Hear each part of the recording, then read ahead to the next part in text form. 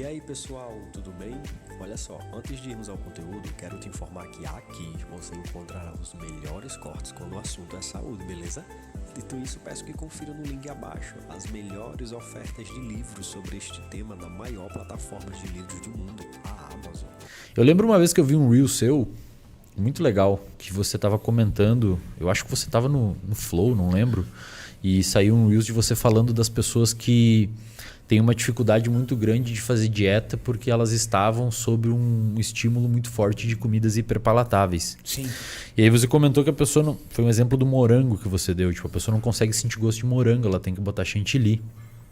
Isso, por exemplo, dentro do nosso cérebro, é uma coisa que pode ser explicada por modificações em circuitos cerebrais específicos envolvidos com recompensa. E hoje já tem estudos mostrando que quando você se submete muito a estímulos hiperagradáveis, como por exemplo comidas hiperpalatáveis ou estímulos envolvendo drogas, mesmo drogas ilícitas ou lícitas, você consegue alterar determinados circuitos no seu cérebro, principalmente um específico que vai dar não precisa saber esses nomes aí, galera, mas só para ouvir. Um circuito que vai da área tegmentar ventral, que é mais ou menos no final do pescoço, ali no meio, até uma região chamada núcleo accumbente, que é a região do sistema de recompensa. Quando você estimula demais esses neurônios, eles vomitam lá na área no núcleo accumbente um neurotransmissor chamado de dopamina, você começa a criar um tipo de resistência à ação, como muito parecido com a insulina. E aí a pessoa, obviamente, se ela fica fazendo isso com muita frequência, ela não consegue... ela perde a capacidade de sentir reforço ou algum tipo de prazer com alimentos simples que não tem tanto açúcar, por exemplo. Então, quando o nutricionista faz uma modificação dietética...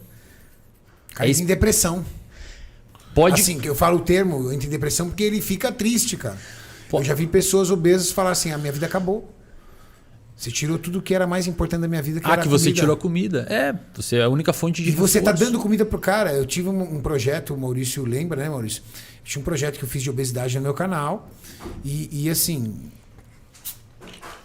tirou comida hiperpalatável e colocou comida saudável, ele não conseguia comer, ele falava, é muita comida. Aí eu falei, tá bom, então vamos lá. 3 ovos pela manhã e uma porção de fruta é muita comida, é muita comida. Aí ele falou, você não dei conta de comer tudo. Eu falei, tá, e se eu transformar isso em pão com salame? Ele falou, como 4. Exato, porque ele jogou o cérebro dele num contexto onde é necessário um estímulo um pouco mais intenso. Esse é o mesmo mecanismo de tolerância de uma droga. Eu não estou dizendo que comida vicia, não é isso que eu estou dizendo. É um tema áspero e meio confuso, mas a galera tem que esquecer a parte do 8 ou 80. Existe um degradê.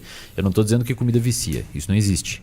Eu estou dizendo que você consegue jogar o seu sistema de recompensa num contexto alimentar que torna muito mais difícil obter o mesmo grau de hedonia, de prazer, num contexto alimentar onde não exista tantos alimentos hiperpalatáveis. Eu entendi. É que parece muito com um vício. Parece muito com um vício. Por quê? Só para contextualizar, né, o pessoal e eu te falo porque não vou ter que falar. A Roberta, ela fala muito isso na lição comportamental, né? Eu assisto as aulas dela e ela fala que não é que a comida vicia, é que o comportamento ele vicia.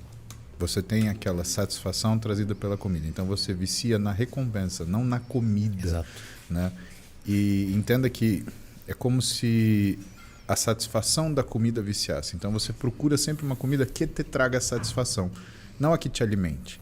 Né? E aí não é a existe comida, é o prazer. Exato. É o ato. E aí existe esse caso que você contou desse menino que, né, ele não conseguia comer 3 ovos e fruta, mas ele conseguia comer 4 pães com salame. Né? Ele retrata muito bem isso. Quando ele come, por exemplo, 3 ovos e uma fruta, ele sente que aquilo deu a saciedade dele no cérebro no que ele tolera de comer aquilo, só que ele não está alimentado. E aí ele vai ao longo do dia juntando fome, porque ele não está alimentado, com a necessidade de prazer que antes ele tem por toda a refeição. E aí o que acontece? É o máximo que ele aguenta. Aguentar fazer dieta até às 5 da tarde. Aí chega à noite, aí de noite, Renato, eu não aguento e eu estouro. Né? E por quê? Porque é o limiar das pessoas. Né? Ele precisa ter aquela resposta hedônica, né, da alimentação, que é o comportamento que se cristalizou. Né?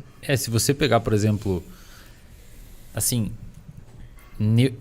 no cérebro, neurobiologicamente, dentro do seu cérebro, você tem uma regiãozinha chamada de estriado. Essa região ela é extraordinariamente importante para nutricionista e educador físico para entender essa região.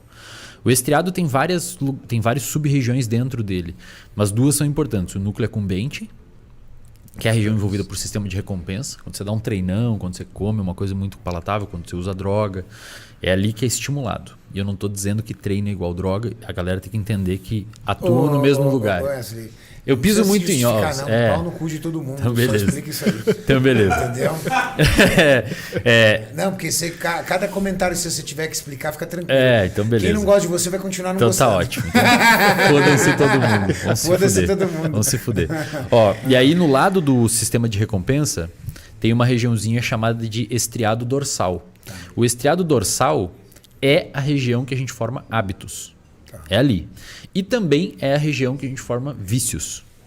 Então, no cérebro, Renato, um hábito é um vício. Que legal. No cérebro é a mesma coisa. A diferença é que a gente dá nome diferente, porque um hábito seria um vício, um hábito seria um comportamento adaptativo e um vício seria um comportamento desadaptativo, que gera problema. Mas no cérebro são os mesmos circuitos. Então eu posso dizer que meu hábito de treinar é meu vício. Neurobiologicamente falando, é igual. Que legal. Se eu lesiono, por exemplo, se eu faço uma lesão no seu estriado dorsal, você é incapaz de criar dependência em algo ou criar um hábito. As duas coisas se perdem. As duas coisas se E perdem. você, por exemplo, não desenvolve também transtorno obsessivo compulsivo, o TOC. O TOC fica nessa região. Se você for ver um paciente com TOC, ele é um super formador de hábitos.